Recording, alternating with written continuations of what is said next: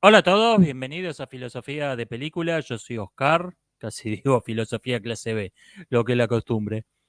Me comentaron varias personas que los disturbios en Irlanda no fueron causados por el asunto del Brexit y la Unión Europea, sino por un crimen cometido por un inmigrante ilegal que motivó protestas y una reacción bastante estúpida del gobierno de ese país que acaloró todavía más las protestas. En efecto. Yo había estado leyendo en los días previos el asunto, me había estado informando del asunto del Brexit y Irlanda del Norte y por qué eso estaba caldeando bastante los ánimos. Vino la noticia de que había disturbios y dije, se pudrió todo, explotó esto. No chequeé la información, debería, debería haberlo chequeado, que era exactamente lo que estaba pasando, mala mía. Podría intentar defender esto diciendo que si un hecho policial provoca una explosión social es porque la gente ya consideraba al gobierno como incompetente o ilegítimo, o las dos cosas. Pero bueno, pero sí fue un error esto. Gracias a las personas que lo señalaron. Me dicen respecto del origen de la bandera argentina y del nombre Argentina, que en el siglo XVI Argentina era una provincia de España llamada así.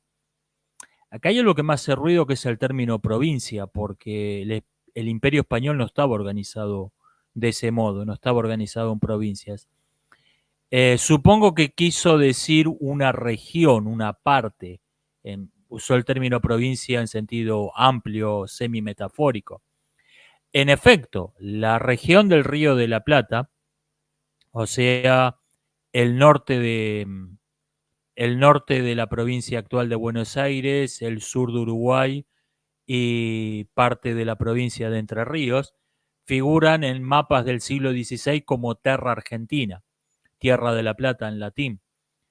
Eh, pero creo que el nombre Argentina no se usó oficialmente por ninguna institución política antes de 1831. Me dicen que si la bandera antes era de un azul más oscuro, las bandas, no del celeste que son ahora. No.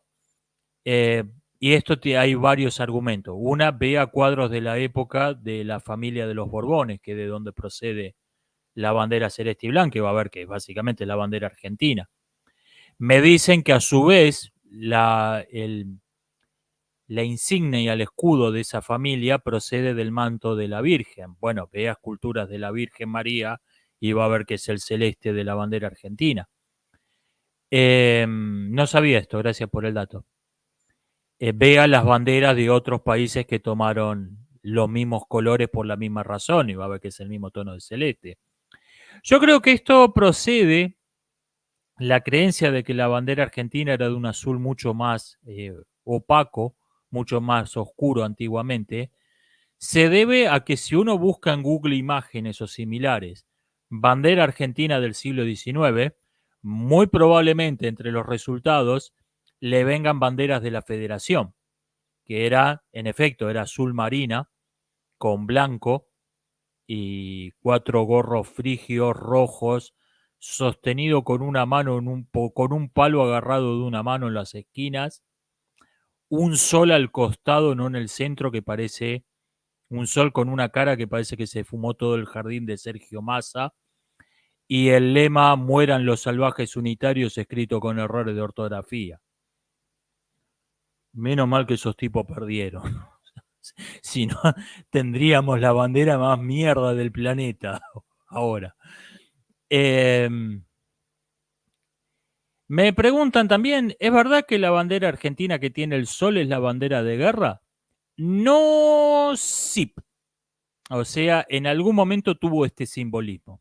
La bandera con el sol era la bandera de guerra, la bandera sin el sol era la bandera de paz, por el asunto de que las batallas se solían iniciar al amanecer. Es el mismo simbolismo que la bandera japonesa. La bandera japonesa, la que tiene el sol, es la bandera de guerra, la que está el sol sin los rayos del sol naciente, o sea, el sol del mediodía, es la bandera de paz. Como nadie le daba pelota a este simbolismo en Argentina, se abolió oficialmente hace unos 20, 30 años.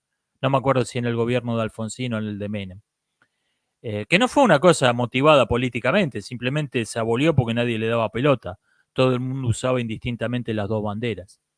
Pero sí en algún momento tuvo este simbolismo, al menos oficialmente. Nunca se le prestó mucha atención. Me dicen, pasame la receta de los fideos a la Al Capone y deberías hacer una filosofía de recetas.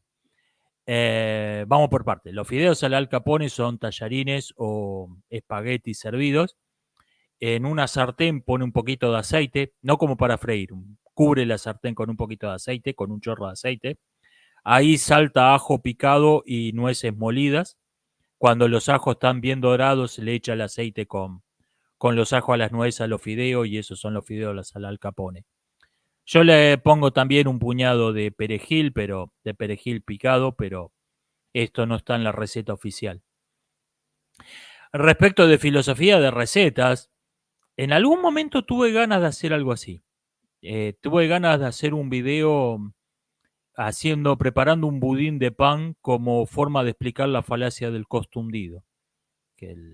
La falacia del costo hundido ocurre cuando alguien toma una decisión no haciendo un balance de lo que va a invertir en un proyecto y lo que espera ganar, sino razonando que lo que ya ha invertido en ese proyecto, si lo abandona, si dice, no, esto fue una mala idea, se va a hundir, se va a ir a pique junto con el proyecto abandonado. Entonces dice, no, voy a invertir más, pero voy a terminar con esto. Esa es la falacia del costo hundido. Bueno, y quería preparar un budín de pan, que es básicamente la falacia del costo hundido hecha hecha postre. Es compraron pan de más, se le quedó duro, ya no sirve ni para hacer tostada y no quieren tirarlo. Bueno, agarren ese pan duro, mézclenlo con 20 ingredientes carísimos, gasten 2 horas de horno y van a obtener un postre que es una porquería. Pero bueno, hey, no tiraron el pan viejo que les había costado 20 centavos de dólares. Bien, no tiramos el pan, bárbaro. Es la falacia del costo hundido hecha postre, el budín de pan. Lo que pasa es que era una sección que se iba a agotar muy rápido, no había mucho más para hablar del tema. Me dicen, ¿estás entrenando en serio o estás jugando al ajedrez? Primero, hey. Y segundo, no, estoy entrenando de verdad. Estoy muy estoy gordo, estoy arrancando, pero sí, no, estoy entrenando de verdad. Cumplí 48 años en estos días y tengo pensado correr el hombre de piedra cuando tenga 50. El hombre de piedra es básicamente un duatlón, pero con mountain bike en lugar de bicicletas de ruta. Por ahí ni siquiera lo corra, pero uno se tiene que poner un objetivo, una meta para que el entrenamiento tenga sentido. Y elegí ese. Elegí prepararme para correr el hombre de piedra. Estoy arrancando, o sea, he estado parado años sin hacer nada y llegar en 2010, 2011, llegar a lo que estoy haciendo ahora me tomó 1 año y medio, 2 años. Y tenía 13 años menos que ahora. Vengo de varios años que por ahí salgo a pasear en bicicleta, salgo a caminar, pero no estaba haciendo nada. Y se nota cuando, ok, voy a entrenar, wow, que estoy achanchado, pero hay niveles de estar achanchado. O sea, no es lo mismo que uno se haga 50 kilómetros de bicicleta y quede agotado, que es lo que estoy haciendo todos los fines de semana, a que uno trate de saltar una pared de 1 metro y quede tirado de culo como una tortuga panza arriba, como me pasó en 2010. O sea, hay niveles de estar achanchado. Pero no, estoy en eso. Estoy en eso y vengo bien. Estoy arrancando, estoy recién empezando, pero no estoy haciendo deporte en serio. Y estoy jugando al ajedrez también. Bastante poco, pero me juego algunas partiditas en internet. Em, Me dicen que critiqué el código napoleónico por no ser una utopía, por no ser perfecto, cuando lo que importa es que fue una mejora respecto del régimen anterior. A ver, en principio yo estoy de acuerdo con usted. No estoy en contra de esta idea de un, criticar un régimen político cualquiera tomado de la historia porque no fue perfecto, porque no se corresponde con mi ideal, y no ver si fue una mejora, una peor, una degradación respecto del régimen anterior. En principio estoy de acuerdo con usted. El asunto es que no fue el caso. El asunto es que no fue el caso. No creo que la Revolución Francesa y la dictadura de Napoleón que le siguió hayan sido una mejora respecto del régimen anterior. No creo que las revoluciones nacionalistas americanas hayan sido una mejora respecto del régimen anterior. No creo que desde luego no creo que las revoluciones marxistas hayan sido una mejora respecto del régimen anterior, ni siquiera en los lugares donde más apestaba el régimen anterior, donde tenían los peores regímenes. Ni siquiera ahí fue una mejora. Tomemos, por ejemplo, el asunto de la esclavitud, que nos dicen, no, bueno, gracias a las revoluciones nacionalistas en América llevaron a la abolición de la esclavitud. Llevaron dentro de mucho. O sea, no fue inmediata la abolición. Eso está clarísimo. Y si vemos las fechas, nos encontramos, por ejemplo, que Argentina abolió la esclavitud en 1853. Nota entre paréntesis. La abolición es un fenómeno histórico muy complejo que empieza antes de su fecha oficial y después de la declaración oficial siguen existiendo formas veladas de la esclavitud, incluso mucho después aparecen instituciones que son la esclavitud, pero no se llama esclavitud, se llama come fularito. Es la misma institución con otro nombre, disfrazada con otro aspecto. Es un fenómeno muy complejo. Tengo esto claro. Ahora, tomemos como referencia la fecha oficial, la fecha de la abolición legal, como un punto de referencia, porque no tenemos nada mejor. Bueno, cierro paréntesis. En Argentina la esclavitud se abolió en 1853, es decir, 43 años después de la Revolución de Mayo y un poco menos de la declaración, unos 37 años desde la declaración formal de la independencia. En España, el país del que se independizó, la esclavitud se abolió en 1870. En Estados Unidos, la esclavitud se abolió en 1863, casi un siglo después de la Declaración de Independencia de 1776, mientras que en el Reino Unido se abolió, de hecho, 30 años antes, en 1833.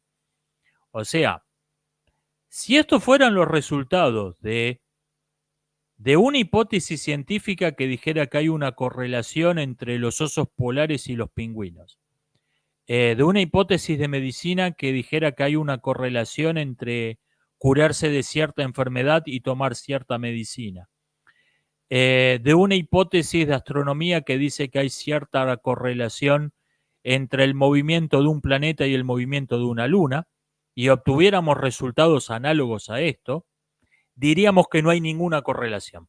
Diríamos que no se observa ninguna correlación entre los osos polares y los pingüinos, entre el medicamento y la enfermedad, entre la luna y los planetas. No se observa ninguna correlación, por lo tanto la hipótesis es falsa. Bueno, entre las revoluciones nacionalistas de la América anglosajona y de la América latina y la abolición de la esclavitud no se observa ninguna correlación. Claramente fueron dos fenómenos históricos totalmente independientes entre sí. Las revoluciones nacionalistas no tuvieron nada que ver con la esclavitud. Y, por ejemplo, en el caso de la Revolución Francesa, nos dicen, bueno, pero esto cambió el modo de vida, cambió las costumbres, cambió las leyes. Veamos. En, bajo el reinado de Luis XVI, Citemos el caso de los derechos de las mujeres. Bajo el reinado de Luis XVI, las mujeres tenían derecho a educarse, tenían derecho a publicar, si alguna escribía un libro, un panfleto, tenía derecho a publicar, tenían derecho a circular libremente, tenían derecho a reunirse, tenían derecho a formar clubes exclusivamente femeninos. Bajo el gobierno revolucionario, no. Estos son hechos. Si alguien dice, no, pero gracias a que existió la revolución, en Argentina se legalizó por alguna extraña razón, gracias a una revolución ocurrida en Francia. En el siglo XVIII en Argentina se legalizó el voto femenino a mitad del siglo XX por algún extraño motivo. Eso es una hipótesis, eso es una interpretación de la historia. Los hechos son lo que acabo de decir. Antes de la revolución había estas leyes, después de la revolución había estas otras leyes. Esos son hechos. Que bajo el gobierno de Napoleón Francia traficó más esclavos que durante todas las dinastías monárquicas juntas es un hecho. Es algo objetivo, medible, cuantificable, de lo que hay registros históricos fiables.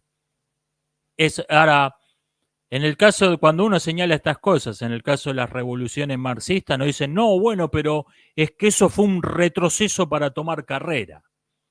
A ver, a 106 años de la Revolución Rusa, a menos que estén pensando saltar la quebrada de Humahuaca de un tirón, podemos dar por sentado que no es el caso. Que eso simplemente es un régimen de mierda. No es que están retrocediendo para tomar carrera. Me dicen, ¿cómo puedo responder a... Alguien me dice que rechazó la idea de los 40 años de democracia, diciendo que no es verdad que vivamos en una verdadera democracia. Me pregunta cómo se puede argumentar a favor de esto. Se me ocurren dos modos. Le digo una respuesta un poco apurada a esto, por eso lo estoy contestando en el respondiendo comentarios. Una es a priorística, es definir qué entendemos por una democracia. ¿Qué características debe tener un régimen para que lo consideremos democrático? Comparar esa definición con las características de un régimen real, del mundo real, y ver si se corresponde. Si ese régimen político participa de la definición de la democracia. Este es el modo de hacer las cosas, este modo a priorístico, cualitativo, de cualidades, es el propio de la filosofía. Y si no, se puede hacer una investigación a posteriori, observar empíricamente qué esperamos encontrar de un régimen, qué esperamos encontrar en un régimen democrático, qué esperamos que pase en un régimen democrático. Esta vez tomando una definición mucho más relajada, más de sentido común, menos rigurosa. Digamos, la democracia es el gobierno de la mayoría. ¿Qué esperamos encontrar en un país donde gobierna la mayoría? Y ver si en efecto encontramos eso en la realidad.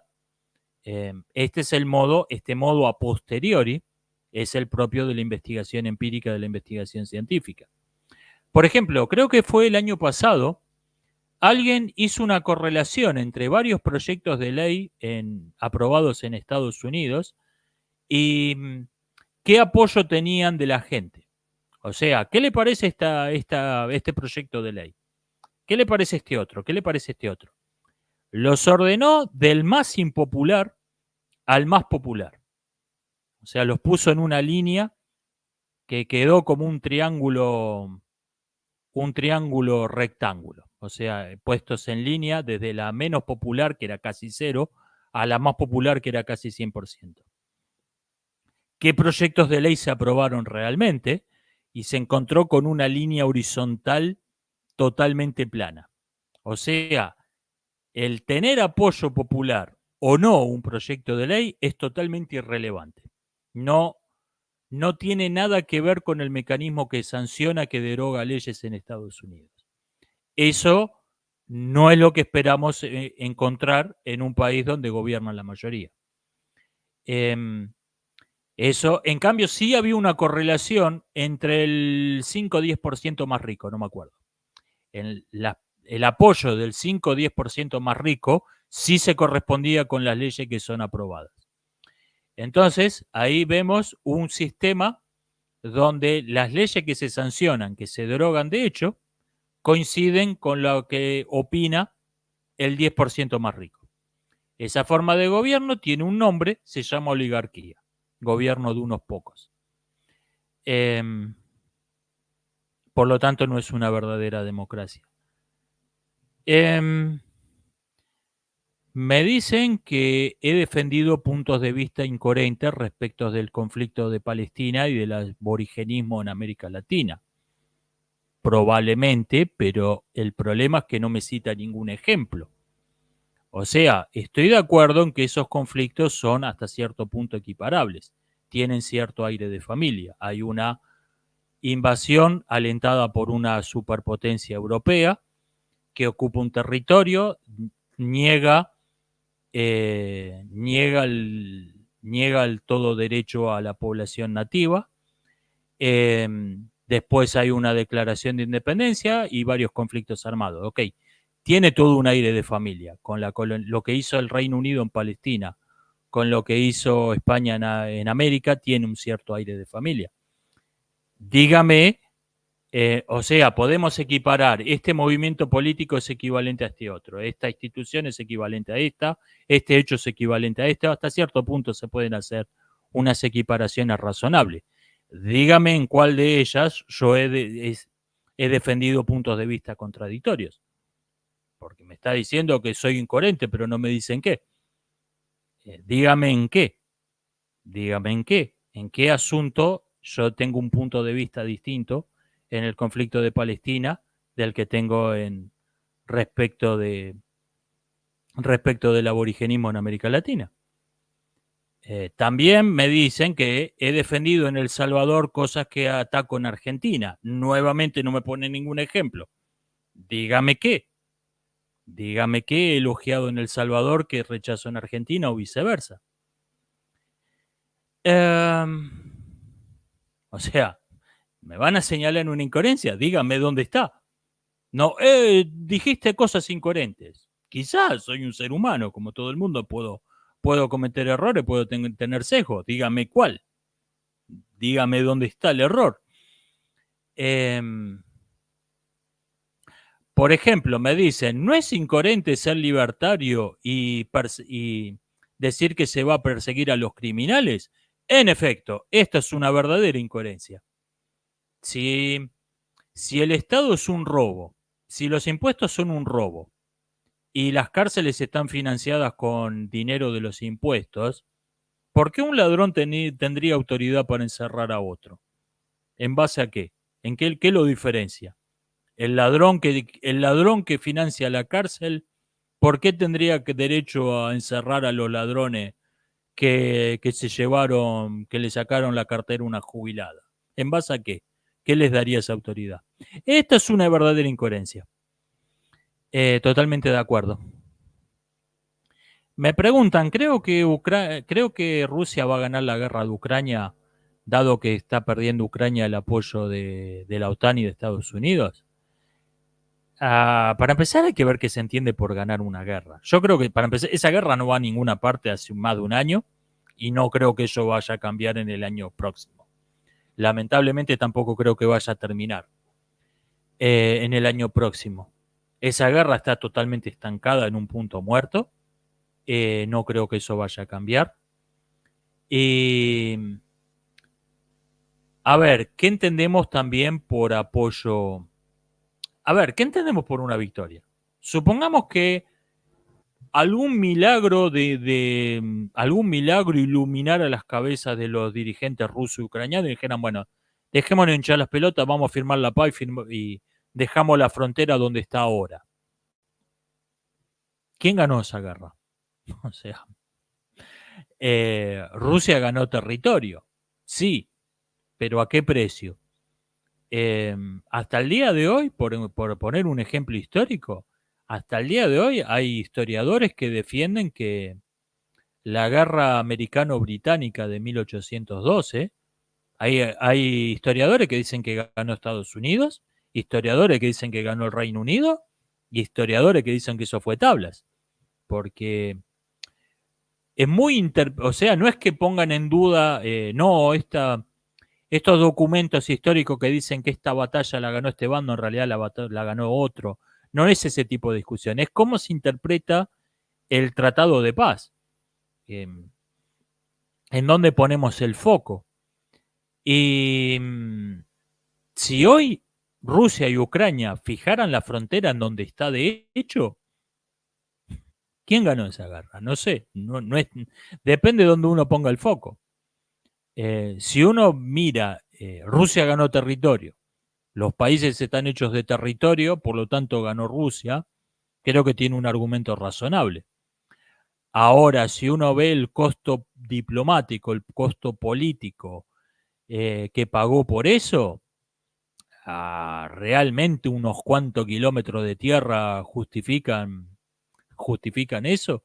Depende de dónde uno ponga el acento. Eso respecto de quién ganó. El apoyo de la OTAN, de Estados Unidos, de otros países de la OTAN. A ver, la OTAN le mandó 300 vehículos blindados, más o menos, a Ucrania. Ese material fue casi totalmente destruido en la ofensiva de primavera. No lograron un carajo. Eso no va a volver a pasar. La OTAN no le va a dar, sí, toma otros 300 blindados para que los destruyas el año que viene. No, eso no va a volver a pasar. Por lo tanto, no va a volver a haber una gran ofensiva ucraniana. Eso ya se acabó.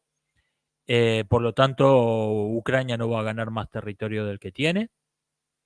Capturará alguna aldea, avanzará al frente 50 kilómetros, puede ser. No va a haber cambios significativos en el frente. Tampoco creo que lo dejen caer. O sea, no le van a dar otros 300 blindados, pero no van a dejar a los soldados en el frente sin municiones, sin comida. Tampoco le van a retirar tanto el apoyo. Es más, ni siquiera si hay un cambio de gobierno en 2024 en Estados Unidos y sube un régimen mucho menos simpatizante de Ucrania que el que hay actualmente. No tanto como pro-Rusia, eso es inimaginable. No va a haber jamás un gobierno pro-Rusia en Estados Unidos, pero sí mucho menos pro-ucraniano. Eso puede pasar. Y aún así, estoy hablando de Trump, desde luego. Incluso Trump no va a dejar a los soldados en el frente sin municiones, sin comida. Que eso significaría que Rusia avanza hasta Kiev no para. Eso no va a pasar. Ucrania sí tuvo una buena victoria este año, que fue que abrió el corredor marítimo entre el mar de Mármara y el puerto de... se me ha olvidado el nombre de esta ciudad, el Odessa. Puede haber un corredor marítimo entre Odessa y el mar de Mármara sin pedirle permiso a los rusos. Eso no pasó en 2022. Rusia permitió salir a los barcos graneros con una mezcla de intereses políticos y razones humanitarias más o menos reales, más o menos sincera y también mucho más de intereses de intereses diplomáticos, desde luego. En 2023 no, en 2023 el comercio está abierto de prepo, sin pedir tregua a Rusia. Eso sin duda la OTAN está interesado en eso, en que se mantenga la ruta comercial entre el puerto de Odessa y el mar de Mármara. Sin duda que eso está interesado la OTAN, más allá de que por ahí ya perdieron el interés en la tierra. Y respecto del hecho de que tienen otro frente abierto en Medio Oriente, de momento estamos hablando de dos conflictos de intensidad muy distinta. No creo que esto vaya a significar a menos que el conflicto escale en una guerra mayúscula. No creo que esto sea demasiado relevante. O sea, no es que, bueno, Estados Unidos va a dejar de apoyar a Ucrania porque tiene que apoyar a Israel. Puede hacer las dos cosas. Sí es verdad que Estados Unidos está muy interesado en darle armas, ayuda económica, inteligencia a un régimen supremacista racial que lo llama ganado y que en las escuelas les enseñan que los ciudadanos de la OTAN son racialmente inferiores y fueron creados por Dios para ser sus esclavos. Eso le parece, no, tenemos que darle armas y dinero a estos tipos. Eso les parece una prioridad. Creo que es la decisión más inteligente desde que decidieron darle armas, inteligencia y dinero a Al Qaeda. Y por más que algunos antisemitas simpatizantes del terrorismo protesten, es totalmente inimaginable que eso les vaya a salir un tiro por la culata. ¿Quién puede ocurrírsele semejante cosa? Pero realmente, si uno ve los números, el apoyo a Israel no es económicamente relevante. No es que va a cambiar el curso de la guerra en Europa. Yo creo que no hay un curso de la guerra en Europa. Esa guerra no va a ninguna parte. Se tienen que dejar de romper los huevos de una vez, firmar por lo menos un cese al fuego. No sé si un acuerdo definitivo, pero por lo menos firmar un cese al fuego. En una guerra que claramente están en el mismo punto hace un año. Claramente no va a ningún lado eso. Me dicen, yo creo que el acorazado Potemkin es una mala película porque no me simpatiza su ideología. No, yo creo que es una mala película. Se puede dar vuelta a este argumento. ¿No será que la gente que dice que el acorazado Potemkin es un clásico inmortal, una de las mejores películas de la historia del cine, es porque en realidad lo dice pero en realidad porque le simpatiza la ideología? O sea, el mismo argumento se puede dar vuelta. En cualquiera de los dos casos, para saber si alguien que está haciendo una reseña, una crítica de una película, está motivado ideológicamente, creo que se puede fijar en 3 puntos. Uno, si es consistente.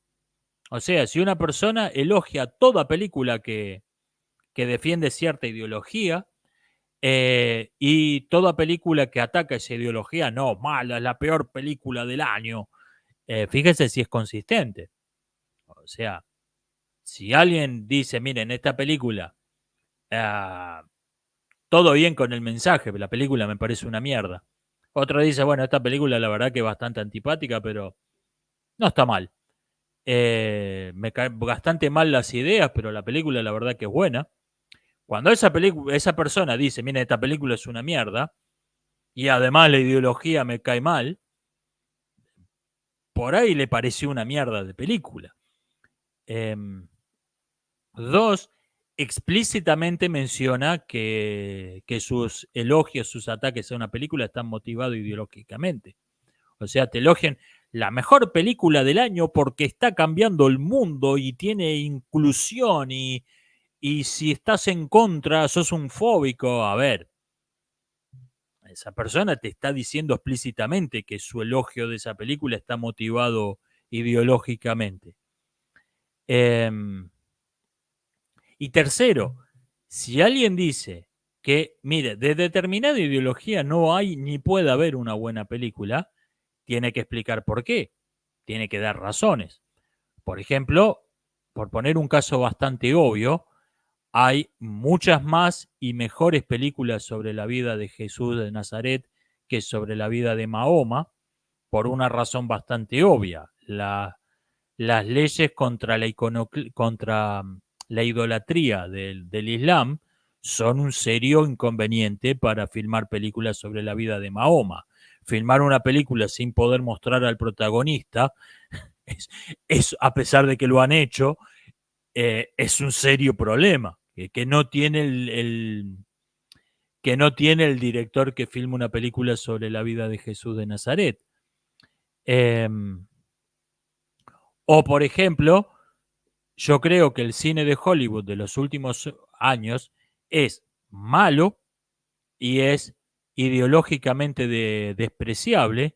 Y creo que estas dos cosas en este caso sí están vinculadas, porque la ideología de Hollywood de los últimos años es el rechazo de la meritocracia, es el rechazo del mérito, que eso lleva, por un lado, a tener protagonistas absolutamente despreciables, mostrados como si fueran héroes, villanos disfrazados de héroe, y al mismo tiempo, por la misma razón que es el rechazo del mérito como un valor, te lleva a contratar toda clase de incompetentes, toda clase de inútiles, por motivos que variados, ninguno de los cuales es el mérito.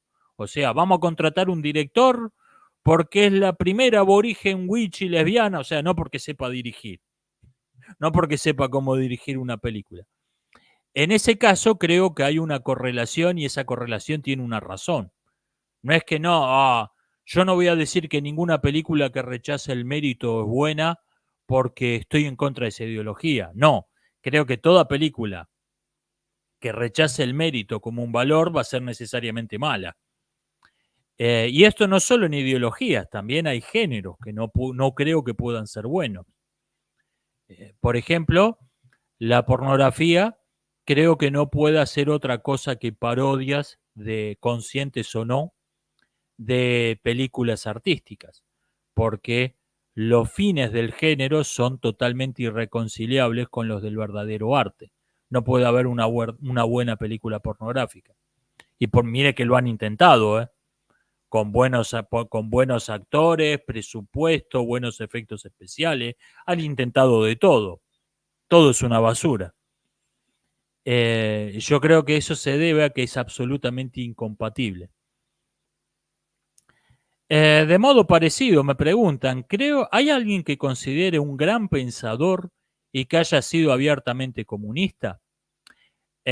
Con esto estamos en un asunto parecido, porque yo creo que decir fulano fue un gran pensador y fulano llegó de algún modo a la conclusión de que lo que decía Marx es buena idea, deberíamos probarlo, yo creo que es totalmente incompatible entre sí. O sea, el hecho de ser abiertamente comunista pone seriamente en duda que sea un gran pensador. Creo que hubo pensadores especializados, pensadores que se enfocaron en un área muy particular del conocimiento, que lograron grandes cosas dentro de esa especialización y que tenían ideas filomarxistas. Albert Einstein, Bertrand Russell, por poner ejemplos. Ahora, ¿los considero grandes pensadores fuera de su pequeña especialización, de su porcioncita de la realidad? No. Creo que fueron gente que sabía muchísimo de una pequeña parte de la realidad, hizo grandes descubrimientos en esa partecita de la realidad. Me dicen, alguien me dice que su madre es catequista y dice que la religión no crea la moral y argumenta que existen ateos virtuosos, lo cual sería incompatible con la idea de que la religión crea la moral. Bueno, esto en realidad, aunque me agrada a su madre como persona, por lo menos por esta idea, esto ha sido planteado y existe un argumento en contra de esta idea que se conoce como la teoría del parásito moral. Afirma que, en efecto, la moral existe únicamente porque existe la religión y existen ateos virtuosos porque toman los fundamentos de su moral de la religión, aunque ellos no crean en la religión. Por cierto, entre los fundamentalistas ateos existe la versión simétrica, la versión opuesta de la teoría del parásito moral, que dice que la religión es esencialmente mala y es única. De la religión no se puede esperar otra cosa que un comportamiento bárbaro y amoral, y si existen creyentes virtuosos, es únicamente porque existe el ateísmo, y los creyentes virtuosos toman sus principios del ateísmo. Yo creo que tanto al derecho como al revés, esas teorías no tienen ningún fundamento. Son un típico modo de pensar sectario, dentro del grupo no puede haber nada malo, fuera del grupo no puede haber nada bueno. Es un pensamiento típico de secta, en las dos formas. Yo creo que se puede demostrar de otro modo la completa separación entre la religión y la moral, y es planteando la hipótesis, ¿qué pasaría si Dios hiciera algo malo? Y si alguien me dice, por definición Dios no puede ser malo. Ok, reformulemos la hipótesis de un modo un poco distinto. Digamos que lo que ustedes creen que es Dios, en realidad es un demonio haciéndose pasar por Dios. Es un disfrazado. No es el verdadero Dios. Este demonio disfrazado de Dios publica unos libros religiosos que tienen su decálogo de mandamientos, funda una iglesia que tiene sus papas, sus rituales, pero es un demonio disfrazado de Dios. No es el verdadero Dios. Ok. Eh, Cuando este demonio publica sus decálogos diciendo matarás, violarás, robarás, ¿qué haría qué haría la persona que, que se encuentra con ese decálogo de mandamientos demoníacos? ¿Podría darse cuenta de que eso es malo o no podría darse cuenta de que eso es malo? Y esto claramente hay que responder sí, no, y no existe una tercera posibilidad y no existe algo intermedio. O sea, es sí o no. Es una cuestión de todo o nada. Si alguien me dice que no podría distinguir que los mandamientos que se corresponden con la verdadera moral de los mandamientos demoníacos, entonces si me dice no, eh, si alguien dice, bueno, no matarás, no robarás, no cometerás adulterio, dice, ok, es lo que dice Dios, lo que dice la Biblia. Lo cambiamos, ahora hay un nuevo decálogo, ahora tenés que robar, violar, matar. Y dice, ok, me da lo mismo, cambió, voy a cumplir estos nuevos mandamientos como cumplía los viejos, me da igual. Yo creo que esa persona no tiene ningún principio moral. No, o sea, no es que no los tiene en sí y no los tiene por la religión. Si el decálogo ordenaba cosas de hecho bastante razonables, era por pura coincidencia. Y si la persona que estaba cumpliendo, porque es lo que le dijeron, tenés que hacer esto, bueno, yo obedezco órdenes, si estaba cumpliendo esos mandamientos razonables, sin importarle un bledo, como le importan un bledo los mandamientos demoníacos, yo creo que esa persona no tiene ningún principio moral. Y si me dicen, en cambio, no, momento, yo me daría cuenta. ¿Cómo? ¿Que tengo que hacer qué? No, esto está mal.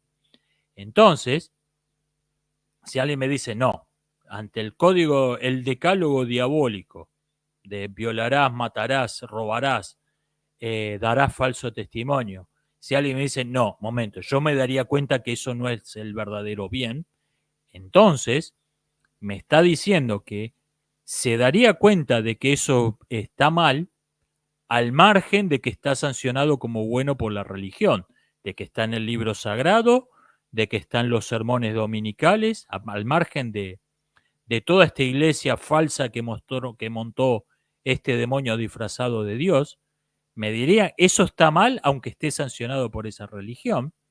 Entonces, me está diciendo que el que algo sea bueno o malo es independiente, es totalmente independiente de que esté en los libros sagrados, de que esté sancionado por la religión.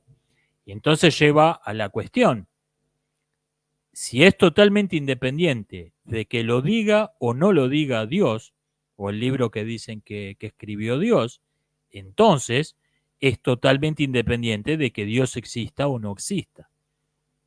Este creo que es un argumento más sólido y por cierto no he encontrado nadie que plantee una objeción que me parezca de peso a este argumento. Me dicen, ¿me puedo extender por qué creo que el contrato social es una mala idea? A ver, yo creo que la idea del contrato social es la peor clase de delirios utópicos. El delirio utópico que se cree realista, que se cree fundado en el mundo real.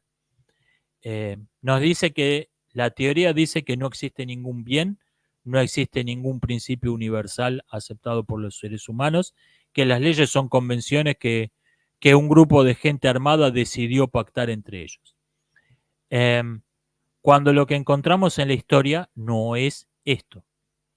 Nos encontramos Lo que nos encontramos en la historia es que existen el poder fáctico de las armas, del dinero, de lo que sea, existe, y existen también unos principios comúnmente aceptados que deben ser tenidos en cuenta si se quiere crear una legislación que sea viable. Esto lo encontramos en autores tan distintos como Tucídides, Aristóteles, cualquier diplomático moderno. Eh, estos, estos dos principios básicamente se llaman la fuerza y el derecho. Es, el, básicamente se puede definir al derecho como todo lo que no es la fuerza. O sea, todo lo que no es la fuerza bruta.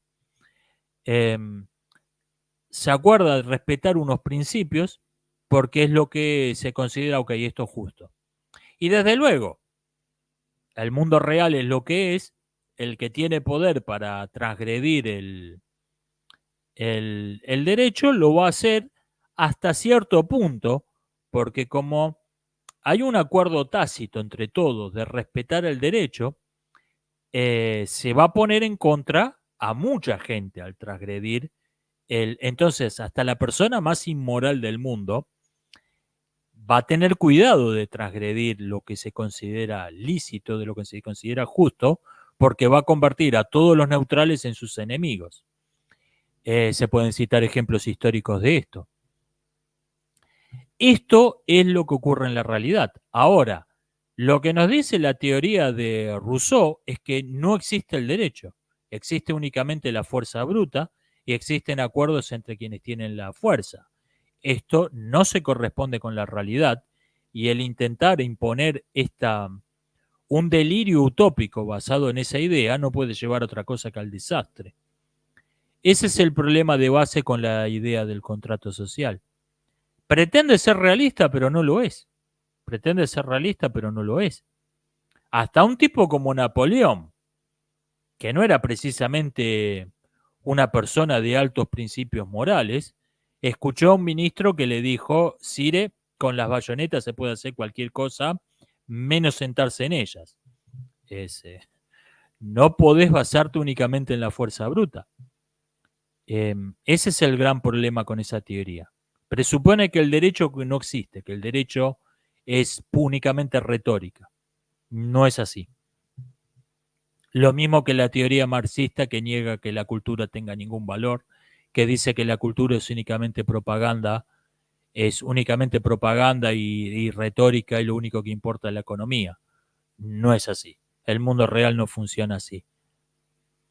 Me dicen que pienso, o me dicen que hay una teoría que dice que The Hunger Games está basada en El Señor de las Moscas. A ver, hay un problema con esto, con toda esta teoría. Hay una leyenda griega que dice que había un rey muy poderoso en la isla de Creta, una confederación de tribus que eran sus vasallos se rebelaron y perdieron. Después de esa guerra, les impusieron a los vencidos un tributo anual de 12 muchachos y 12 chicas para ser sacrificados. Estos 12 muchachos, 12 chicas eran encerrados en un laberinto, debían pelear contra un monstruo y eran asesinados y devorados por el monstruo. Hasta que un año vino un héroe entre los 12 tributos, mató al monstruo con ayuda de la hija del tirano que estaba podrida de ese asunto y acabó con ese régimen despótico. 2500 años después, una novelista escribe una historia sobre un grupo de distritos pobres como ratas que se rebelan contra una capital, pierden, la capital les impone un tributo de 12 varones, 12 chicas todos los años que son encerrados a pelear en un laberinto, hasta que viene una heroína y provoca una rebelión y acaba con ese régimen. Y dice que está basado en la leyenda griega. ¿Por qué nadie le cree? si el parecido es obvio, ¿por qué nadie le cree que la tomó realmente de donde dice que la tomó la historia? Porque estas hipótesis, no que está que en la película japonesa, que la novela, ¿por qué no creer que lo tomó de donde dice que lo tomó? si cierra redondito, si es básicamente la misma historia. Me preguntan, ¿qué rol creo que va a tener la filosofía dado que existe la ciencia? Esto supongo que es en referencia a lo que comentamos en un video anterior, de que muchos problemas filosóficos se convierten en problemas empíricos al desarrollarse, al progresar la ciencia. Por ejemplo, el tema de la infinitud, de la finitud del espacio del tiempo, que eso dejó de ser metafísica, pasó a ser física. Pasó a ser simplemente una cuestión de física. Este tipo de cosas llevaron a la creencia de que en algún momento la filosofía iba a dejar de existir. Todo lo que se había llamado filosofía se iba a repartir en un montón de ciencias especializadas. Esta idea está hoy más o menos abandonada, aunque hay algunos que la defienden, pero más o menos quedó abandonada. Por un lado, la filosofía tiene que fundamentar el método de las ciencias. La ciencia es toda ciencia es filosofía especializada. Entonces necesita un método que no surge de la propia investigación científica, sino que le es dado por unos razonamientos filosóficos, explícitos o tácitos. Se quiso hacer del método una ciencia especializada, la epistemología, o sea, la ciencia del conocimiento. Pero había un problema con esto, y esto los propios pioneros de la epistemología lo señalaron, y es que para existir una epistemología como ciencia, tiene que tener unos métodos, o sea, tiene que tener unos métodos definidos previamente a establecer la epistemología como ciencia. Y para establecer esos métodos de la epistemología científica, tiene que existir la epistemología. O sea, como que no cerraba, como que eso estaba en el aire y por lo tanto la epistemología nunca podía ser una ciencia en sentido estricto. Y esto, por cierto, lo tenían clarísimo tipos como Eddington y otros que fueron pioneros de esas ideas.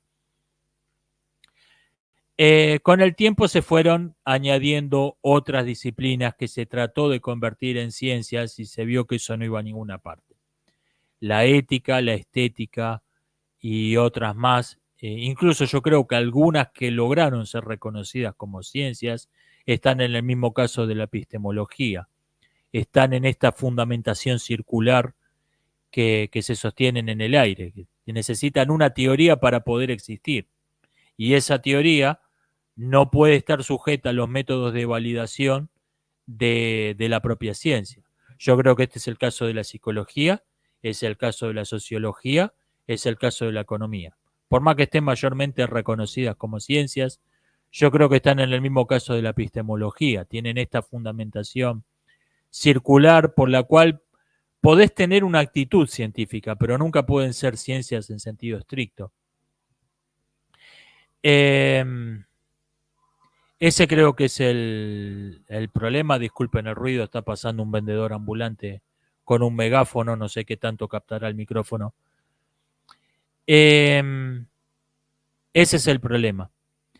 Y hay una escuela que se llama la filosofía científica, no confundir con la filosofía de la ciencia, que dice que, bueno, los problemas de la filosofía, la ética, la estética, el método, lo que podemos conocer, lo que no podemos conocer, el ser, ok, no se pueden resolver de modo científico en sentido estricto, pero podemos tener una actitud científica, podemos tener un método que se parezca todo lo posible al método de las ciencias empíricas como la física, como la biología.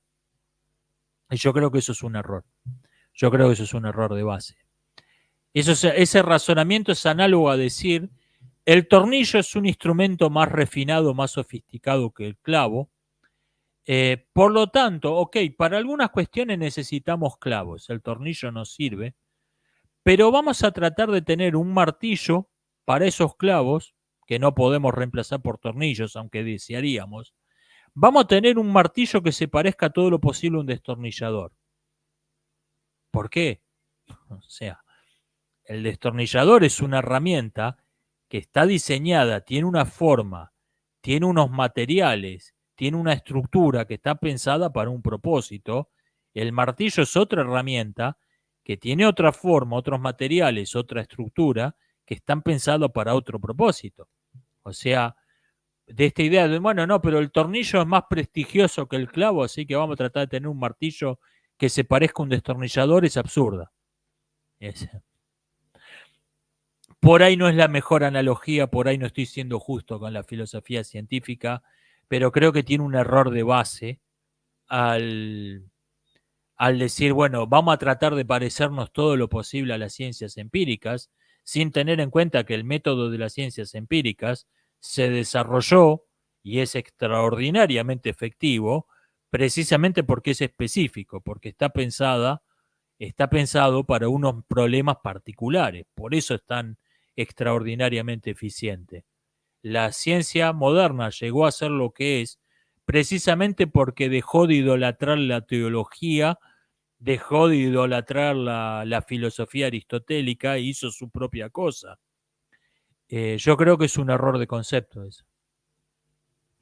Me dicen, por último, si yo dije que tenemos que reincorporar los conceptos de civilización y barbarie al pensamiento político actual, ¿quiere decir que estoy de acuerdo con autores como Sarmiento? No. Creo que tipos como Sarmiento son precisamente los que desbarrancaron la causa por la que actualmente esos conceptos dejaron de usarse y tienen una terrible mala fama. Sarmiento fue uno de los principales que identificó, mezcló los conceptos de civilización y barbarie con la teoría racial. Y dijo que había razas superiores que eran esencialmente civilizadas y razas inferiores que eran esencialmente bárbaras. Ese tipo de ideas tomadas de Sarmiento y de otros autores parecidos se expandieron por todo el mundo y son la causa por la que esos conceptos pasaron a verse como parte de la bullshit de la teoría racial y dejaron de usarse. Cuando lo cierto es que los conceptos de civilización y barbarie tenían milenios antes de que apareciera la teoría racial y los encontramos en culturas distintas como el mundo greco-romano, el mundo chino y hasta había cierta idea parecida en la Sudamérica precolombina. Entre los quichuas y otros pueblos por ahí había ciertas ideas, no tan claramente definidas, pero había ciertas ideas parecidas. Surge simplemente de observar que hay dos clases de pueblos extranjeros respecto de una sociedad civilizada, desde luego. Hay estados, ciudades, países, reinos, lo que sea, entidades políticas cualquiera, con las que se pueden hacer tratados. Se pueden firmar tratados de paz, se pueden firmar acuerdos comerciales, se pueden integrar alianzas, se puede firmar toda clase de tratados. Aunque momentáneamente estemos en guerra con ellos. Circunstancialmente estamos en guerra, pero en potencia podemos estar en paz, podemos ser aliados, podemos tener toda clase de acuerdos de tratados. Y hay sociedades con las que no, con las que nunca podés estar realmente en paz. Podés, a lo sumo, estar en una tregua por tiempo indefinido. Podés estar en no combatiendo, pero nunca en verdadera paz.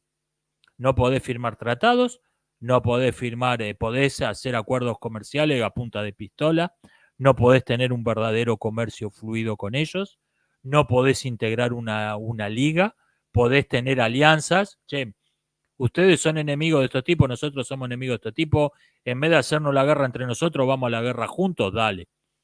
Podés hacer pactos, alianzas circunstanciales, te van a traicionar a la primera oportunidad.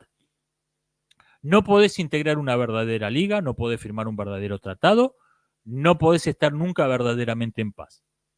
Eso, hay dos clases de pueblos. Unos son pueblos civilizados, aquellos con los que podés firmar tratados, aunque momentáneamente estemos en guerra, y hay pueblos bárbaros, aquellos con los que no podés firmar tratados, aunque momentáneamente estemos en paz. O mejor dicho, aunque momentáneamente no nos estemos combatiendo, que no es lo mismo. Esa distinción se dejó de usar en el mundo de hoy y es la causa de un montón de errores groseros que se están cometiendo. No tener clara esta distinción, que la tenían clara los griegos, la tenían clara los romanos, la tenían clara los chinos y hasta la tenían bastante clara los quichuas. Esa distinción. En el mundo de hoy, por culpa de que se mezcló esos conceptos con la bullshit de la pseudociencia de las razas, esos conceptos se perdieron y son conceptos que hacen falta. Hacen falta para entender el mundo de hoy. Me refiero a entender cosas concretas, tangibles, no estoy hablando de algún delirio metafísico. Estoy hablando, por ejemplo, ¿por qué un mes de guerra entre dos ejércitos que tienen la 10ª parte del tamaño de los ejércitos que están peleando en Ucrania dejó la misma cantidad de muertos que una guerra mayúscula en 2 años? A entender cosas concretas, tangibles como esa, es imprescindible, son imprescindibles los conceptos de la civilización y barbarie y la diferencia que hay entre una guerra civilizada y una guerra salvaje. No se están entendiendo problemas que serían obvios con ese marco conceptual, no se los están entendiendo. Esto ha sido todo por hoy, nos hemos pasado de la hora hoy. Voy a tratar de mantenerlos respondiendo comentarios dentro del marco de media hora más o menos, porque me parece que para hacer un respondiendo comentarios de 1 hora hago un directo y ya. Me parece que no tiene mucho más sentido. Voy a tratar de mantenerlos dentro del margen de los 30 minutos. No ha sido el caso hoy, obviamente. Esto ha sido todo por hoy. Nos estamos viendo. Hasta la próxima.